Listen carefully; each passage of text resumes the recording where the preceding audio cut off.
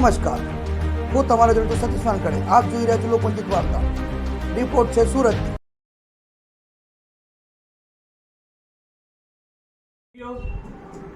मैं सूरत से जो महाराष्ट्र में जो घटना घटी है, अमरावती जिला और अंजनगांव सुरजी तालुके में जो पांडरी खानापुर करके गांव है, उस गांव के अम्बेडकरी समुदाय ने करीबन 200 से 300 की जो लोक वस्ती है, उन्होंने अपने हक और अधिकार के लिए ये गांव छोड़ा है. दरअसल उनका कहना है जो महामानव डॉक्टर बाबा साहब अम्बेडकर का जो प्रवेशद्वार है, जो कमान है, वो सरकार ने वहाँ की ग्राम पंचायत हो या वहाँ का जो शासन है, उन्होंने उनको बना के देना चाहिए, वो भी पक्के में बना के देना चाहिए. इसके लिए उन्होंने ठिया आंदोलन किया है, अपना गांव अपना सब छोड़ा हुआ है. तो साथियों, मेरी ये गुजारिश है कि उस लोग जो अम्बेडकरी समुदाय, महिला सैनिक हो या भीम सैनिक हो, वो आज रास्ते पे उतरे हैं. उनके साथ छोटे छोटे बच्चे हैं. सभी को हमको उनका एक विचार करना होना, सरकार ने विचार करना चाहिए कि ऐसी स्थिति में अभी आगे का जो समय है वो काफ़ी धूप का है. अभी ऐसे चलते अगर कुछ कम ज़्यादा होता है तो ये जिम्मेदारी किसकी है? महाराष्ट्र की सरकार की होनी चाहिए. उन्होंने इस बात को अच्छे से समझना चाहिए कि महामानव डॉक्टर बाबा साहब अम्बेडकर, उनका जो प्रवेशद्वार जो टूटा हुआ है, तो वो उन्होंने तुरंत उनको बना के देना चाहिए. ऐसी घटना दोबारा घटनी नहीं चाहिए. लेकिन दुख की बात यह है कि ऐसी सेम घटना 2023 में बेडक गांव में सांगली जिले में घटी हुई थी सर. तो मेरा कहना यही है कि भाई ऐसा बार बार क्यों हो रहा है, क्या रीजन हो सकता है? क्योंकि ये लोग कल ही अम्बेडकर से डरते थे, आज भी डरते हैं और कल भी डरेंगे. ये यहाँ साबित होता है क्योंकि पूरे विश्व में महामानव डॉक्टर बाबा साहब अम्बेडकर की जय जयकार होती है, लेकिन महाराष्ट्र में उनके नाम से ही इतनी नफरत क्यों है? ये एक मुद्दा है और ये मुद्दा अम्बेडकरी समाज को ये छुपता है.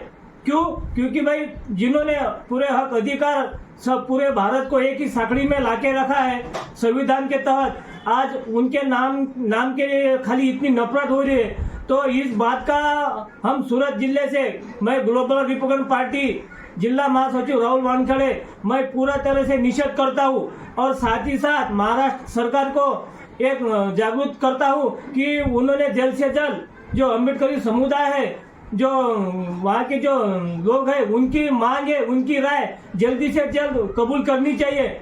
ऐसे मैं यहाँ से आगाह करता हूँ महाराष्ट्र सरकार को. और साथ ही साथ मेरे मित्र परवीन भाई शकोकार, ये भी दो बातें बोलेंगे. साथियों, देखो आज जो हुआ है इसके लिए जो राहुल भाई बोल रहे हैं उसके लिए मेरा पूरा समर्थन है. और बल्कि समर्थन ही नहीं कि अपना पूरा देश, गांव, जिला, तालुका, हर जहाँ पे अपना अम्बेडकरी समुदाय हो, अम्बेडकरी लोग हो, उन्होंने अपने दिमाग में ध्यान देना चाहिए कि भाई अपन को अभी करना चाहेगा. जो आज करेगा वो अभी करेगा, नहीं तो कभी नहीं करेगा. क्योंकि बाबा साहब का जो अपना संविधान है और जो भी अपन को कानून कायदे दिए हैं, उनके राह पर चलने वाले अपन लोग हैं. लेकिन क्या है, जो कुछ लोग समझते नहीं है, लेकिन उसके लिए संदेशा समझाना जरूरी है. जो राहुल भाई बोल रहे हैं उनको समर्थन करो और हर गांव में ऐसा एक कमेटी बनाओ कि जो भी अम्बेडकर के खिलाफ कुछ भी बोले या कुछ भी करे तो उस पर तुरंत एक्शन लेना चाहिए. तो इसके मतलब यहाँ से हम यही संदेशा देना चाहते हैं कि हर गांव में, गली में, शहर में अम्बेडकर लोगों के लिए जागो और संगठित रहो और संघर्ष करो. जय भीम, जय संविधान. રાષ્ટ્રીય દલિત બંધિકાર મંચના અધ્યક્ષ શ્રી કુનાલભાઈ દાસ સોનવણેએ જણાવતા કહ્યું કે આવનાર 14 એપ્રિલના દિને મહામાનવ વિશ્વરત્ન ડોક્ટર બાબા સાહેબ આંબેડકરજીની જન્મજયંતિ નિમિત્તે સુરત શહેરમાં રાષ્ટ્રીય દલિત અધિકાર મંચ દ્વારા સમગ્ર શહેરમાં એક ભવ્ય રેલીનું આયોજન રાખવામાં આવ્યું છે. જે રેલીમાં ડોક્ટર બાબા સાહેબ આંબેડકરજીના જીવનમાં કરેલ લોકહિતના કાર્યોના પ્રચાર કરવામાં આવશે અને ડોક્ટર બાબા સાહેબના બનાવેલા રસ્તા પર ચાલી દલિતોના હક અધિકાર મેળવવાના ઈરાદાથી ડોક્ટર બાબા સાહેબના વિચારોને જન સુધી પહોંચાડવાના હેતુથી આ ભવ્ય રેલીનો ખૂબ ઉલ્લાસથી ઉજવણી કરવા માટે માન દરવાજા ખાતે આવેલ ડોક્ટર બાબા સાહેબ આંબેડકરજી ભવન ખાતે સવારે 11 કલાકે રાષ્ટ્રીય દલિત અધિકાર મંચની એક મહત્વની બેઠક રાખવામાં આવી હતી, જેમાં મંચના અધ્યક્ષ કૃણાલભાઈ દાસ સોનવણેની અધ્યક્ષસ્થાને રાખવામાં આવેલ, જેમાં દલિત સમાજના આગેવાનો, યુવા કાર્યકર્તાઓ તેમજ મહિલા મંડળો અને સમાજના લોકો તેમજ મંચના પદાધિકારીઓ મોટી સંખ્યામાં હાજર રહી આવનાર 14 એપ્રિલ ડોક્ટર બાબા સાહેબ આંબેડકર જન્મજયંતિને લઈને ભવ્ય અને બહુ સંખ્યામાં અતિ ઉત્સાહથી જયંતિ ઉજવવા કરવામાં સમગ્ર લોકોએ નિર્ધાર કર્યા હતા અને આવનાર 14 એપ્રિલ બાબા સાહેબ આંબેડકરજીની જન્મ જયંતિની ઉજવણી સાથે ભવ્ય રેલી આજે આંબેડકર ભવન માન દરવાજા ખાતે આવનારી 133મી જન્મ જયંતિ જે 14મી એપ્રિલે છે મહામાનવ ડૉક્ટર બાબા સાહેબ આંબેડકરજીની એ જન્મ જયંતિને ધૂમધામથી દર વર્ષ પ્રમાણે આ વર્ષ પણ ઉજવવામાં આવે એ માટે સુરત શહેરના તમામ 30 વાર્ડના જે ભીમ સૈનિકો છે, જે કાર્યકર્તાઓ છે, એ તમામ સાથે આજે આંબેડકર ભવનમાં મિટિંગ રાખવામાં આવેલી છે એમને માર્ગદર્શન આપવા માટે. દર વર્ષે રેલી કાઢવામાં આવે છે. દર વર્ષે મોટી સંખ્યામાં આંબેડકરી સમાજ ભેગો થાય અને બાબા સાહેબને રિંગ રોડ ખાતે જે પ્રતિમા છે ત્યાં વંદન કરે છે.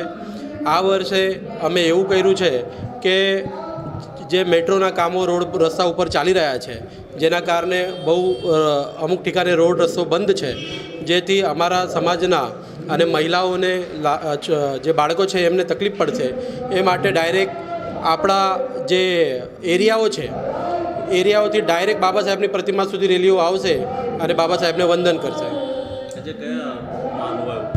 આજે અમારા મહારાષ્ટ્રના અમારા મિત્ર અને પ્રખ્યાત વક્તા એવા અનંત રાઉતજીને મહારાષ્ટ્રથી અહીંયા યુવાઓને માર્ગદર્શન આપવા માટે અમે બોલાવ્યું છે અને સારી રીતે સમાજના લોકોએ રિસ્પોન્સ આપ્યો છે અને આવનારા 14મી એપ્રિલે એક નાની બાઇક રેલીનું પણ જે આયોજન કરવામાં આવ્યું છે જે ભટાર સ્થિત આઝાદનગર બૌદ્ધ વિહાર લોકકલ્યાણ બૌદ્ધ વિહારથી 14મી એપ્રિલે સવારે 10 વાગે નીકળવાની છે, જેનામાં આપ સૌના માધ્યમથી કહેવા માગું છું કે વધારેમાં વધારે જે ભીમ સૈનિકો છે એ રેલીમાં જોડાય અને બાબા સાહેબને વંદન કરે.